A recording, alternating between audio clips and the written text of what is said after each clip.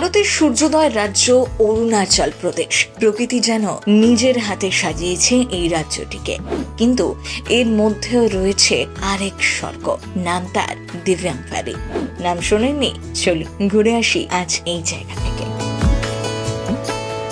অরুণাচলের সব থেকে পরিচিত জনপ্রিয় সার্কিট হচ্ছে ভালুকবং থেকে বমডিলা দিরাং সেলা পাসওয়ে তাওয়াং। অরুণাচল ঘুরে আসা 80% টুরিস্ট এই সার্কিটটা ঘুরেই চলে যান, কিন্তু এর মধ্যে রয়েছে আরেক অচেনা স্বর্গ। তাওয়াং সার্কিট বাদ দিয়ে পূর্ব অরুণাচল প্রদেশের দিব্যাং ভ্যালি ও আনিনি যে আরো সুন্দর তা অনেকেরই অজানা। দিব্যাং নদী থেকে এই ভ্যালি ও জেলার নাম এসেছে। এই দিব্যাং ভ্যালি জেলার পূর্বে হচ্ছে উত্তর চীন। এই জেলার সদর শহর হচ্ছে আনিনি, যা বর্তমানে খুবই ভাইরাল একটি জায়গা। শুধু আনিনি বললে ভুল হবে, পুরো দিব্যাং ভ্যালি অসাধারণ সুন্দর, যার অনুভব আপনি এখানে আসলেই করতে পারবেন। এই পুরো সার্কিটে আপনারা সবসময় এক পাশে যেমন পাবেন দিব্যাং নদীকে, তেমনই পার্শ্ববর্তী লোহিত নদী ডিহাং নদীর সাথে মিলিত হয়ে ব্রহ্মপুত্র নদের সৃষ্টি করেছে।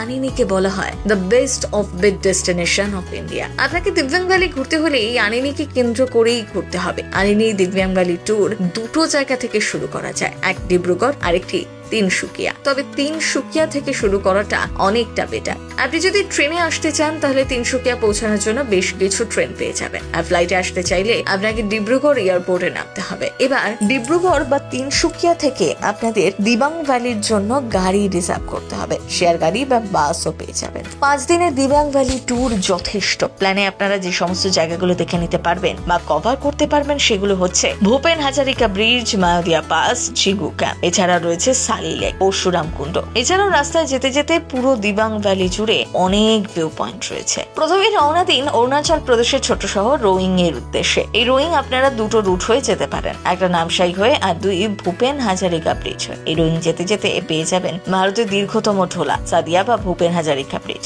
ব্রহ্মপুত্রের দীর্ঘতম উপনদী লোহিত নদীর ওপরে এই ব্রিজ প্রায় 9 কিলোমিটার দীর্ঘ।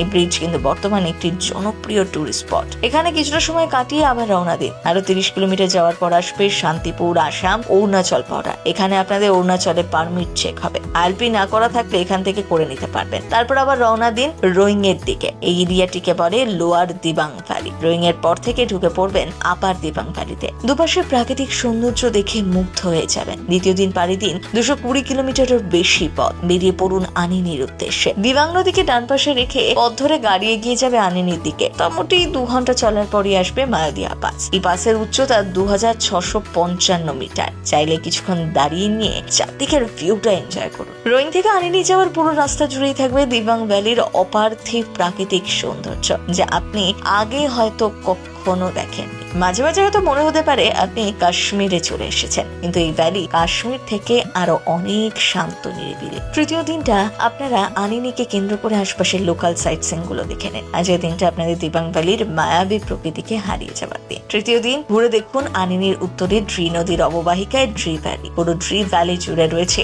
বেশ কয়েকটি টুরিস্ট স্পট, ভিউ পয়েন্ট। বর্ষাকালে যদি আসতে পারেন তাহলে পুরো রাস্তায় অনেকগুলো ওয়াটারফলসও পাবেন। বর্ষাকালের ভিউ সত্যিই আলাদা।